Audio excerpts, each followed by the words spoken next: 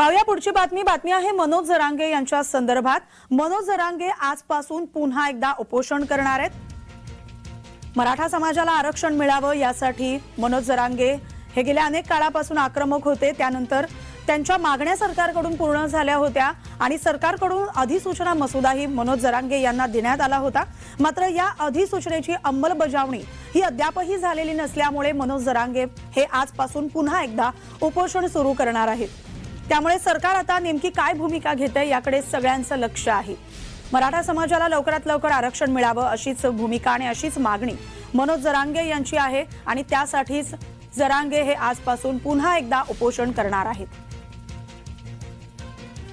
अधिसूचनेची अंमलबजावणी करावी यासाठी मनोज जरांगे पुन्हा एकदा आक्रमक झालेले आहेत। मनोज जरांगे यांनी काही मागण्या सरकारकडे केल्या होत्या। मराठा समाजाला आरक्षण मिळावं यासाठी मनोज जरांगे हे अनेक काळापासून लढत होते।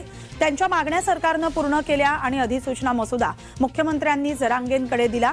मात्र या अधिसूचनेच्या अंमलबजावणीसाठी मनोज जरांगे आता पुन्हा एकदा उपोषण करणार आहेत। कारण जो अधिसूचना मसुदा जरांगेंना देण्यात आला होता त्याची अंमलबजावणी अद्यापही करण्यात आलेली नाही। ती लवकरात लवकर करण्यात यावी यासाठी मनोज जरांगे हे आक्रमक झालेले आहेत।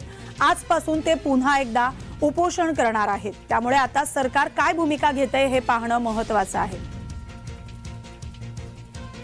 आमचे प्रतिनिधी विजय चिडे आपल्या सोबत दूरध्वनीवरून जोडले गेलेत। विजय, मनोज जरांगे हे मराठा समाजाला आरक्षण मिळावं यासाठी आक्रमक झालेले आहेत। त्यांच्या मागण्या सरकारने पूर्ण केलेल्या आहेत। अधिसूचना मसुदा दिलेला आहे मात्र त्याची अंमलबजावणी झालेली नाही आणि त्यासाठीच हे उपोषण करणार आहेत। काय सांगाल? नक्कीच मिनल, जर बघितलं मागील अनेक दिवसापासून जे आहे मनोज जरांगे पाटील यांचा लढा जो आहे तो मराठा आरक्षण संदर्भात सुरू आहे।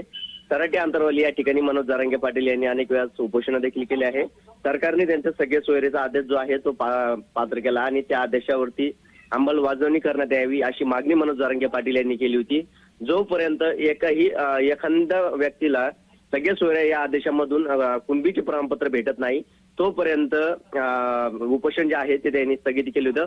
मात्र सरकारकडून आता यामध्येही खाडाखोड केली जात असल्याचे त्यांच्या निदर्शनास येत आहे। त्यामुळे मनोज जरांगे पाटील यांनी पुन्हा एकदा उपोषणाचं हत्यार उपसलं आणि आज मनोज जरांगे पाटील हे आता सराटी अंतरवाली या ठिकाणी उपोषणाला बसणार आहेत।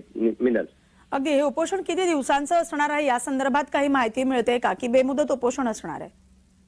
नक्कीच हे उपोषण जे आहे ते बेमुदत आहे। जोपर्यंत सरकार जो आहे सगळे सोयरे या आदेशामधून आता नातेवाईकांना प्रमाणपत्र वाटप करत नाही तोपर्यंत हे उपोषण मनोज जरांगे पाटील यांचं सुरूच असणार आहे आणि त्यामुळे आता सरकार याकडे काय पाहतं हे देखील तितकंच पाहणं महत्त्वाचं ठरणार आहे। मिनल, विजय, जरांगेंनी खूप मागण्या केल्या होत्या सरकारकडे, सरकारकडून त्या मागण्या मान्यही करण्यात आल्या मात्र सरसकट त्यांच्या सगळ्या मागण्या जशाच्या तशा पूर्ण करता येणार नाही असंही सरकारकडून सांगण्यात आलेलं आहे।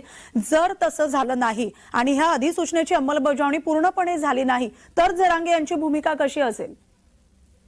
नक्कीच मिनल, सध्या जर बघितलं मनोज जरांगे पाटील जे आहे ते सगळ्या सोयऱ्यावरती अडून बसले होते आणि अनेक दिवसापासून सरकारची आणि मनोज जरांगे पाटील यांची सगळे सोयरे यावरती चर्चा सुरू होती। मात्र यानंतर मनोज जरांगे पाटील यांनी सराटी अंतरवाली मुंबईकडे मोर्चा जो आहे कूच केला होता। त्यानंतर वाशीपर्यंतच मोर्चा पोहोचताच मुख्यमंत्र्यांनी जे आहे सगळे सोयऱ्याचे आदेश पारित केले होते आणि हे आदेश आता 15-16 फेब्रुवारी पर्यंत अधिवेशन घेतलं जाईल। त्या अधिवेशनामध्ये संपूर्ण जे आहे मराठ्यांना कुणबी प्रमाणपत्र देण्यात येईल असं आश्वासन जे आहे ते सरकारच्या वतीने देण्यात आलं होतं। मात्र आता सरकार जे आहे डावलत असल्याचे मनोज जरांगे पाटील यांच्या निदर्शनात येत आहे। त्यामुळे मनोज जरांगे पाटील यांनी पुन्हा एकदा आता उपोषणाचा हत्यार उपसला आहे आणि जोपर्यंत आता सगळे सोयरे या आदेश पारित होऊन त्यातील सगळ्या सोयऱ्यांना कुणबीचे प्रमाणपत्र भेटत नाही तोपर्यंत जे उपोषण आहे ते असं सुरू असणार आहे। मिनल, अगदी विजय, धन्यवाद तुम्ही दिलेल्या सविस्तर माहितीसाठी।